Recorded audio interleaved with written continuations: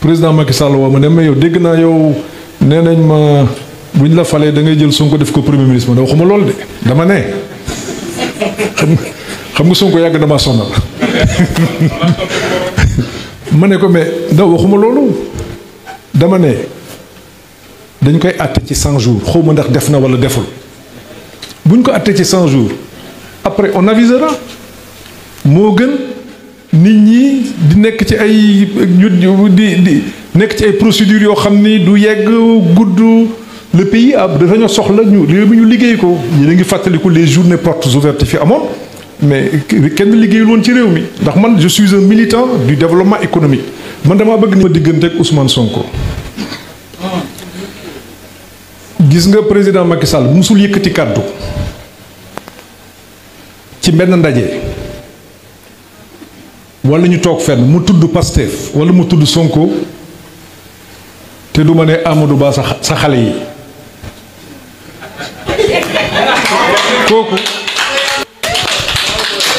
kooku ñu bari dégg nañ ni sax maa moom Pastef wax nañu sax maay financé Pastef 2017 ak léegi digaalewuma ak moom waxuñu xam naa ko nag bu wér liggéey nañu jaxasoo nañu xam naa ay waajuram xam naa njabootam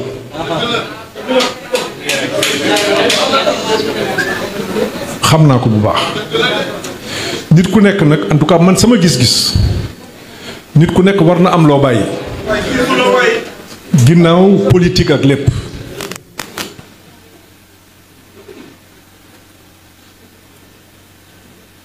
kon d'une part dama nekk ci diggante boo xam ni ña ma nekkaloon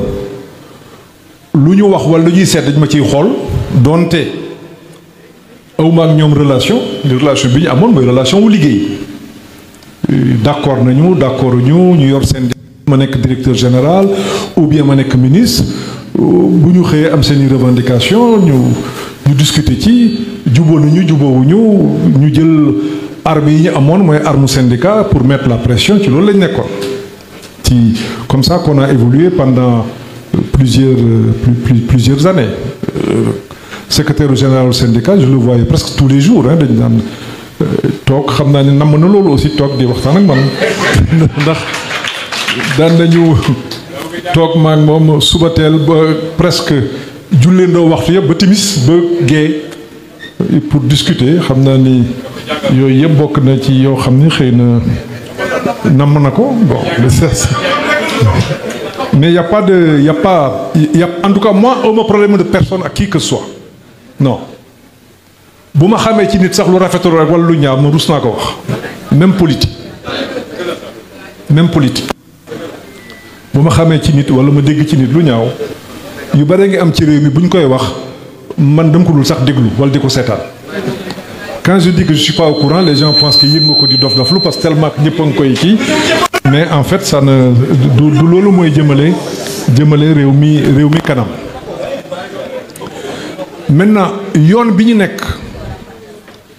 man yoon wi laay wax du ma wax ci nit ki yoon wi réew mi moo am ay jafe-jafe te ku jiite réew jànkonteeg ay jafe-jafe loolu mooy dëgg te dina gën a tar waaw dégg ngeen li am tey jii dans le Golfe yéen a ngi suivre li am Ukraine mënul bañ a am jeexintat fii dégg naa ñuy wax ci situation wu réew mi jafe woon na waaye ni ma ko waxee léegi réew mi amul problème mu statistique maintenant ci benn fànn boo tànn nga ne budget am naa ci problème loolu da ngay bàyyi ñi ko war a leeral ko muy Cour des comptes bu ko Cour des comptes leerale bu boobaa dinañ xam li ñu war a def lan la mais boo taxawee wax ci réew mi am noo ko waxee walla noo ko génnee ba pare bëgg tabax réew mi da dul sotti ndax kenn du la wóolu kenn du la dimbali kenn du la jàppale kenn noonu la àdduna bi di doxe mu neex ñu noonu lay doxe mu naqari ñu noonu lay